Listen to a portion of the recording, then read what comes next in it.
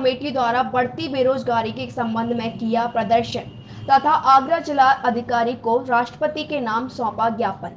साथ ही नौजवान बेरोजगारों को बेरोजगारी भत्ते के रूप में 10,000 रुपए प्रति माह देने की मांग की।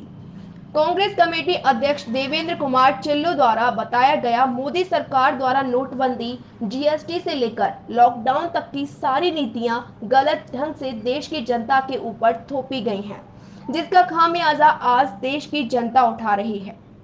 आगरा से योगेंद्र कुशवाहा की खास रिपोर्ट।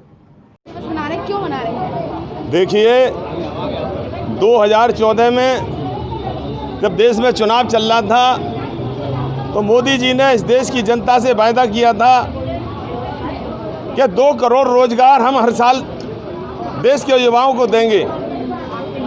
देख रहे हैं, आप भी बुद्धिजीवी वर्ग से, आप भी पढ़े लिखे लोग हैं, आप भी अखबार पढ़ते होंगे। 2 करोड़ रोजगार देना तो बहुत बड़ी बात। उनके कार्यकाल में करीब 14 करोड़ लोगों की नौकरियां जा चुकी हैं।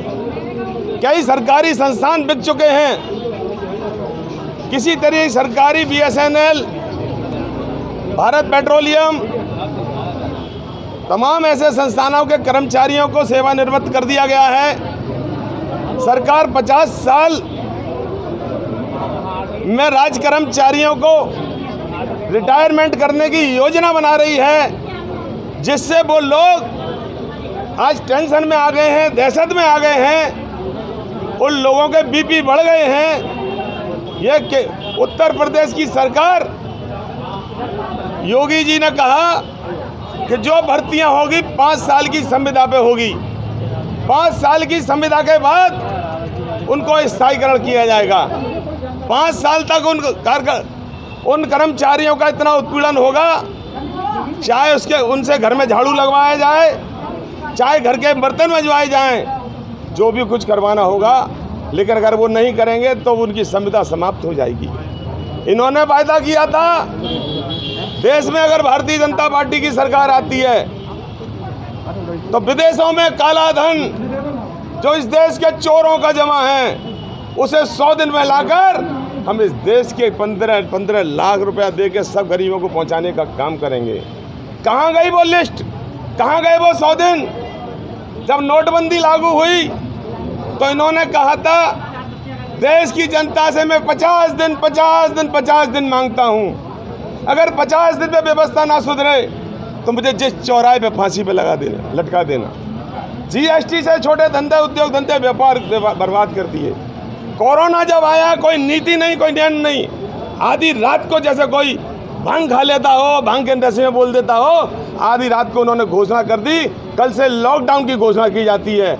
किसी के घर में राशन है, किसी में नहीं है, किसी के घर में दूध है, नहीं है, उन्होंने कोई परवाह नहीं की।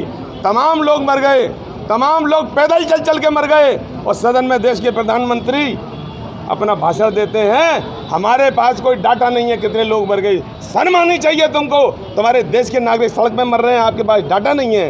एक प्रधानमंत्री झूठ बोलता है कि चीन हमारे यहाँ कहीं नहीं घुसा, और रक्षा मंत्री कहता है कि 38 किलोमीटर हमारी सीमा में घुस गया। कौन झूठा है, कौन सच्चा है, इनका पता ही नहीं लग रहा है। बात पे झूठ, झूठ पे झूठ। ये उत्तर प्रदेश और देश की सरकार ना तो महंगाई को कमज़ोर कर पा रही है, GDP के हालात आपके सामने हैं, बेरोजगारी के हालात आपके सामने हैं, क्राइम आपके सामने हैं, और जो लोग, गुजराती लोग देश से पैसा लेके भागे थे, वो आपके सामने हैं। आज हमारी संसद यदि सुरक्षित है, नई संसद बनाने की क्या ज़रूरत पड़ रही है? उस पैसे से इस देश के किसानों का कर्जा माफ़ हो सकता है, उस पैसे से इस देश के स्कूल के बच्चों की फीस माफ़ हो सकती है, उस पैसे से इस देश के बिजली के बिल माफ़ हो सकते हैं, बेरोजगारों को भत्ता मिल सकता है। ऐसी योजनाएं बनाकर ये देश को बर्बादी की ओर ले जा रहे हैं। और जब तक कांग्रेस है, जिस तरीके से अंग्रेजों का जब शासन चल रहा था, कांग्रेस ने आगे बढ़ के उनको पीछे धकेलने का काम किया था। उस नारे के साथ पहले लड़े थे गोरों से, अब लड़ेंगे चोरों से। इस बातों